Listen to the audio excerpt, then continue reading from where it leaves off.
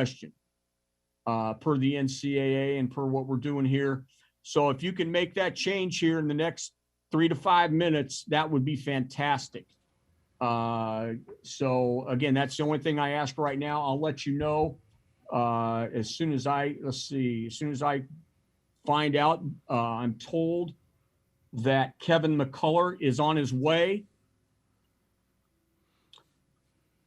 And ask, one, we want to thank you guys for participating. We are now joined by Kevin McCullough, and we'll begin the press conference. Use the raised hand function to indicate you would like to ask a question. When you are called on, even though I will talk about your name and affiliation, please state your name and affiliation to him as well. Our first question is going to be from Carlos Silva from the Lubbock Journal.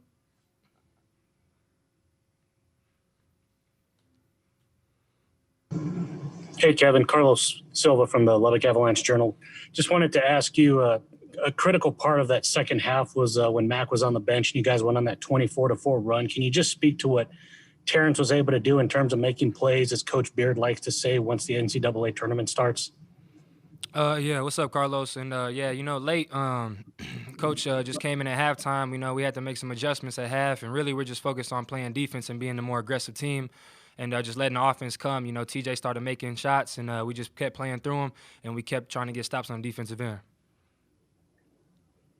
Can you speak in that first half to what you all were kind of in a mindset of? Because it seemed like that style of play, it seemed like it would have been tough to get to 40 at that point. But can you just speak to what y'all were able to do to kind of tough through it and be able to kind of succeed in that second half? Oh, yeah, we were just trying to fill out the game a little bit, trying to get the ball movement more, pop the ball around, see what we can get into on offensive end. And just like I said, we were just really focused on the defensive end and trying to apply pressure to a really good Utah State team. I guess in terms of yourself, can you speak to your quick start, 5-0 run, personal run? I guess did you kind of feel like you had some open shots at that point, or did you just kind of want to get in the game real quick? And how special was it for you to kind of start this off? I'm just excited to be here, and I was ready to play tonight. My teammate Kyler, he found me on both of the assists.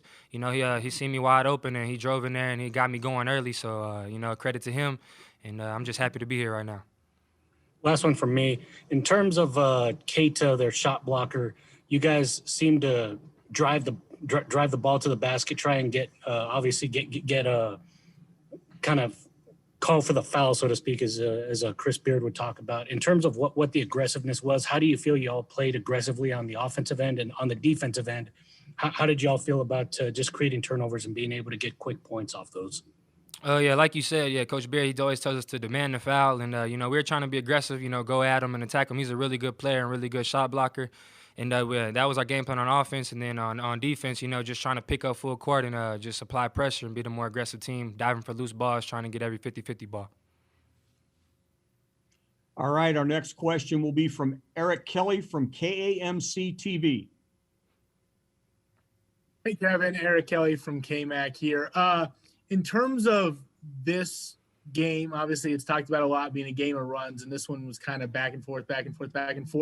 For guys who haven't been in the tournament before, how are you guys able to stay kind of level-headed, calm, and composed in kind of, this sort of atmosphere? Yeah, we had some guys on that Final Four team like Avery and Kyler, and then the coaching staff, they've been there and they've been to the biggest stage. So it's a game of runs in March, and we know they're a really good team. They're going to make some runs, and we know we're going to make some runs. So we just try to stay level-headed and just keep competing every possession. But in terms of the defensive end, you talked about putting that sort of pressure on Utah State. Being undersized against a guy like Keita, who demands so much attention, what were your guys' goal in terms of making him uncomfortable, even if you couldn't put a 7-footer on him? Oh, yeah, he's a really good player. He's a really good player down low. He can hit the 15-footer. You got to guard him. And we were really just trying to, work our game plan. If Marcus needed help down there, sometimes let him stay by himself, different things like that. And we're just trying to swarm the ball. And they had really good shooters out there, too. So it's a tough matchup. They're a really good team, but we ended up getting it done. Our next question comes from Kevin Fielder from Fifth Quarter. Hey, Kevin, congratulations. Kevin Fielder from fifth quarter. Obviously, after that first half and that second half, you guys really started to hit your shots. How important is that going into, the later rounds of this tournament, knowing that you guys can have those second halves where your shots really start to fall? Yeah, we put in countless hours of work. That's all the work that we did to get here, and you got to make shots to advance in this tournament. That's part of it. Obviously you got to play defense, but it felt good to see the ball go in the net, and we needed it tonight. Thank you, Kevin, for your time, and best of luck in the next round. We will be joined momentarily by Coach Chris Beard. Please use this time to raise or lower your hand as necessary. And I would also like to ask you to limit it to one question and maybe one follow-up. We have a lot of people on here that we will try to get to as best we can, but we also want to make sure that, you're able to get what you need. So one question and then one follow-up if I call on you.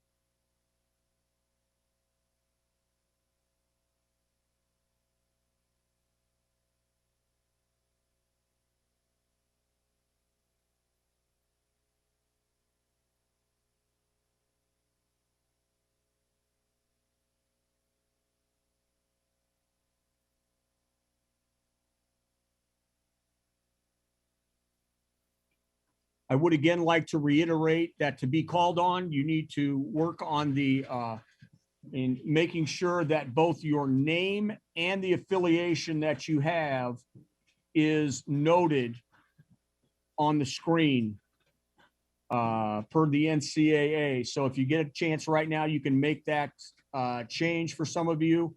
It would be much appreciated and ensure that you get called.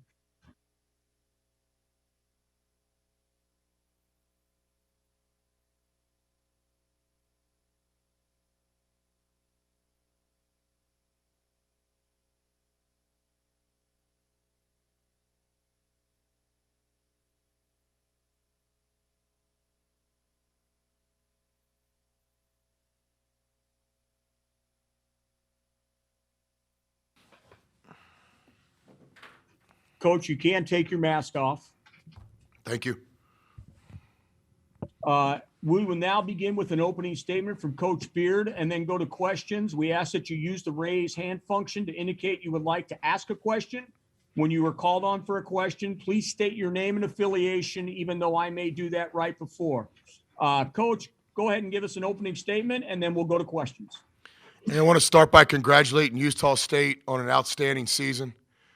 Well-coached team, some really good players.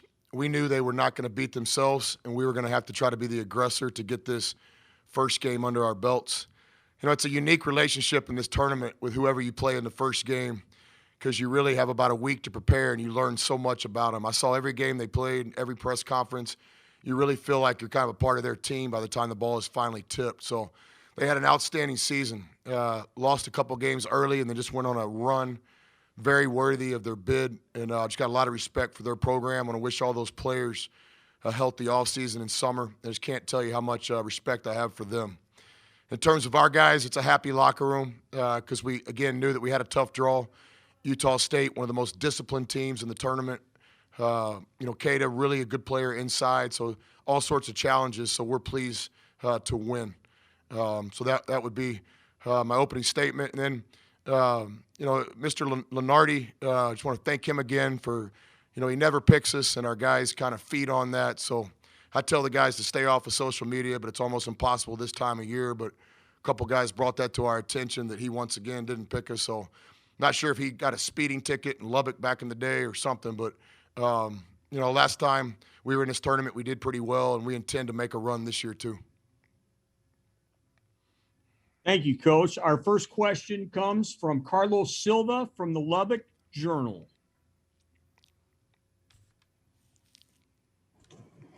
Hey, Coach, Carlos Silva from the Lubbock Avalanche Journal. You talk about guys at the NCAA tournament level to make plays. Can you speak to what Terrence Shannon was able to do in terms of making plays in that second half, scoring all 10 of his points during that 24-4 run? Yeah, we really played through him. He got 3 assists during that run as well. Didn't play as well as he wanted to, or we wanted him to, or I wanted him to in the first half. But it wasn't because he wasn't trying. His heart was in the right place. First NCAA tournament game, I saw it with Jarrett Culver. I saw it with some of our other great guys, Davide Moretti. That first game's a tough one.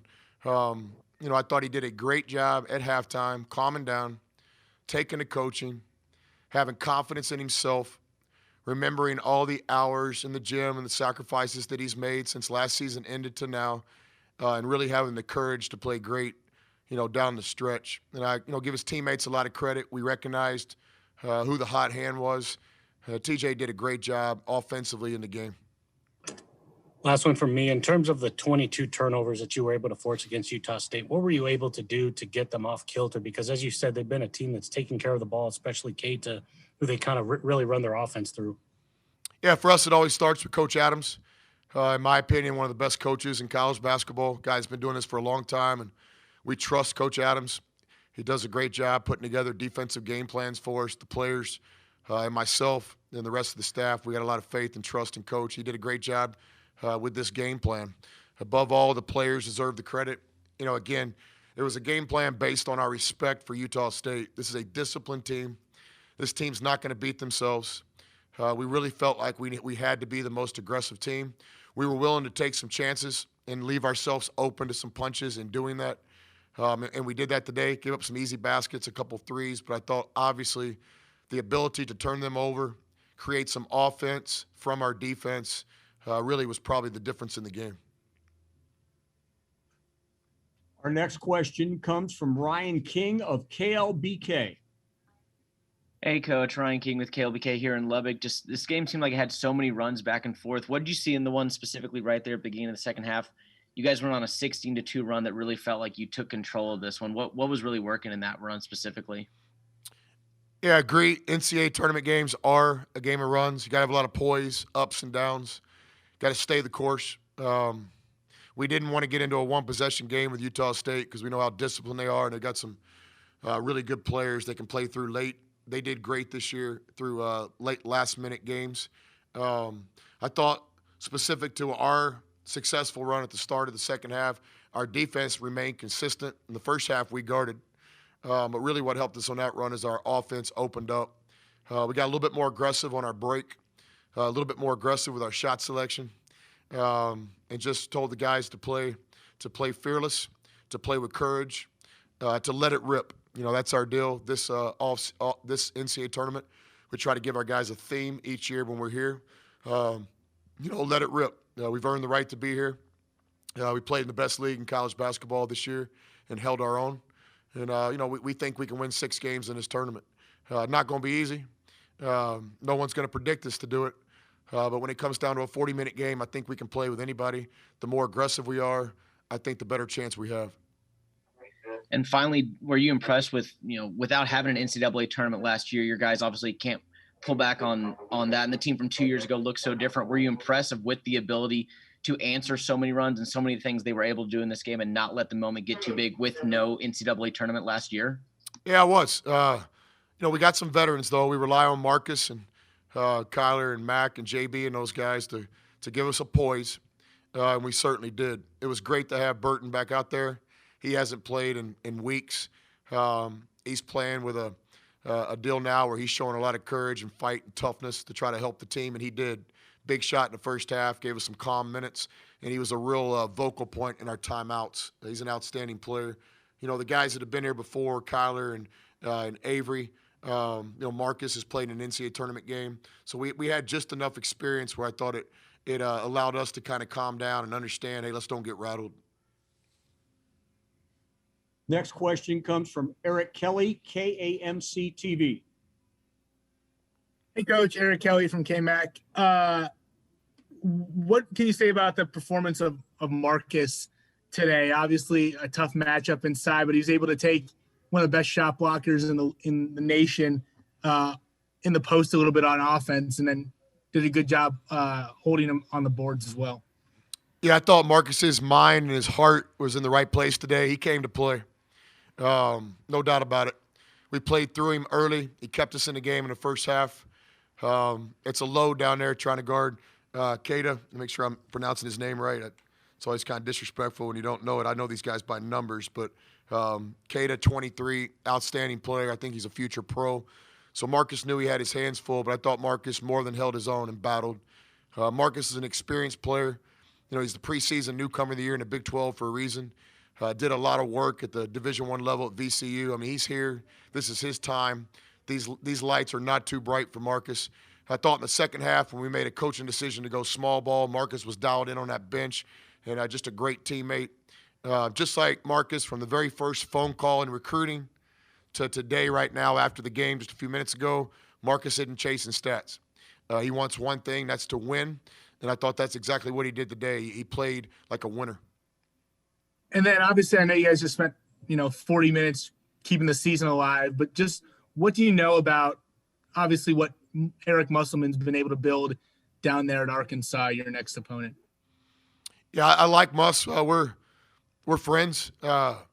Exchange calls and text every once in a while. A lot of respect for what he did at Nevada. We played those guys in Lubbock in a really tough game. We were fortunate to win. I have a lot of pride in the state of Arkansas.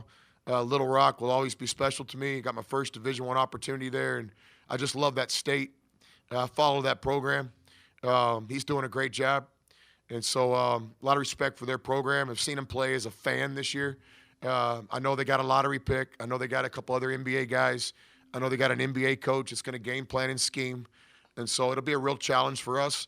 But we've been through a lot of challenges lately. When you play 18 Big 12 games and you play, in my opinion, one of the most disciplined teams in the tournament in Game 1, Utah State, it's not going to be an excuse that we haven't been challenged. So they're an outstanding team.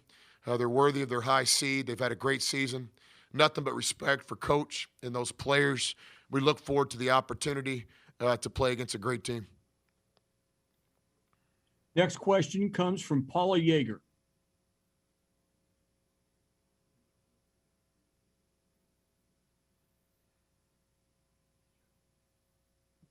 Hello, Coach. This is actually Joe Yeager from Inside the Red Raiders. My wife couldn't make it.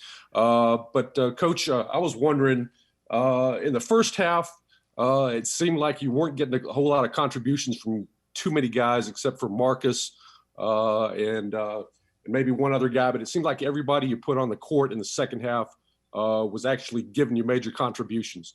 Did you see it that way at all? First of all, Joe, I knew it was you. Because you had your mute button on again, and we've been dealing with that all year long in Lubbock. But I personally like you, man.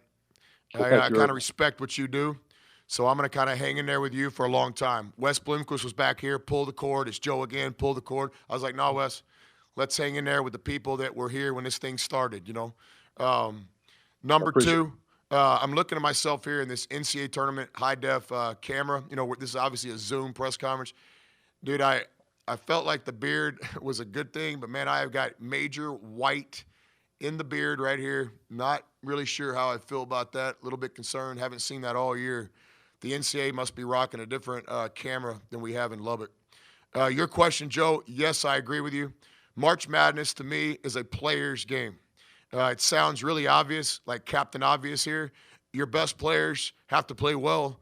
Anybody you put in a game has to contribute. You're not going to be able to absorb a couple guys playing bad. In the first half, we had guys playing hard but not well. In the second half, I would argue before watching the film that I think everybody played well in the second half, whether it be a Clarence dive on the floor, a Micah Peavy, courageous jump shot, a Kyler Edwards, let's calm the team down, I'm a veteran. Mac McClung got going a little bit. TJ was our best player in the second half, so I agree with you. March Madness is a player's game. And I thought our players played well, especially in the second half. And then my last question, Coach, basically in the first half, you weren't hitting shots. Second half, you were hitting shots. Basically, I don't know, what was the biggest difference in you guys actually managing to knock down shots in the second half? Yeah, we fired our shooting coach at halftime. You get the extended halftime here in the NCAA tournament in the timeouts because, I guess, commercials and the money side of this deal. So we took advantage of that. We made some adjustments with our shooting coach for sure. No, in all seriousness, the players, I told the guys, hey, man, just take a deep breath there. Think about all the time you spend in the gym, the summer, the spring, early mornings, late night, 300 club, extra shots. We put in the work, man. We deserve the right. We earn the right to make some shots. Let's don't go panic here at halftime and change our offense. Let's just take a deep breath and be the best version of ourselves. Now, we did get a little more aggressive offensively, turn up the heat a little bit because their half-court defense is so well. I thought that our best chance was to get some shots in transition. So from a coaching standpoint, give the guys credit. They listened. Hey, let's go get some shots early because this defense is so good. Yeah, I got time for one more question, and that's from Ryan Herrera. Hey, Coach. Ryan Herrera with the Houston Chronicle. I noticed the first 2 buckets that Utah State scored were Keita, and then the next, I think, 26 minutes, something like that, you guys kept him off. He didn't score at all. So what does it say about this team that they're able to, keep the other team's best player from beating them and get the win? Yeah, guys, I can't tell you how good he is. I mean, when my friends in pro basketball always kind of ask me in the spring, hey, who'd you see this year? This guy will be at the top of the list. I mean, again, today, double-double and 6 assists. I mean, he's a triple-double guy. I think the best thing we did today was probably limiting some of his shot attempts. Defense for us wasn't, hey, let's try to figure out how to make him go 4 for 15. That wasn't the deal. It was, hey, man, we better not let him get 15 shots. So today he gets 8 shots, if I'm accurate, and that's probably the best thing we did because when he gets the ball, something good is going to happen for Utah State. It's going to be a bucket, it's going to be a foul drawn, or it's going to be an assist. He is the best big man passer that I saw this year in college basketball. But I do think you got to give our guys credit. When we were in small ball, we fought him. Marcus did a good job in the game. We did just enough, I think, to not let him be the deciding factor. But I want to congratulate him on another great game. A double-double with 6 assists. Mic drop. He's a good player. Coach, thanks again. Thank you. All right. That's it for our post-game news conference. A transcript of the coach's interview will be provided by ASAP Sports and posted along with the recording of this press conference in the NCAA Digital Media Hub at www.ncaaveritone.com. Want to thank you again for joining us, but I will remind you as you go on to other rounds, you've got to have your name and affiliation come up when we talk about the attendees. So if you can make that change for some of you, otherwise you may not get called. Want to thank you again and wish you all the best of luck.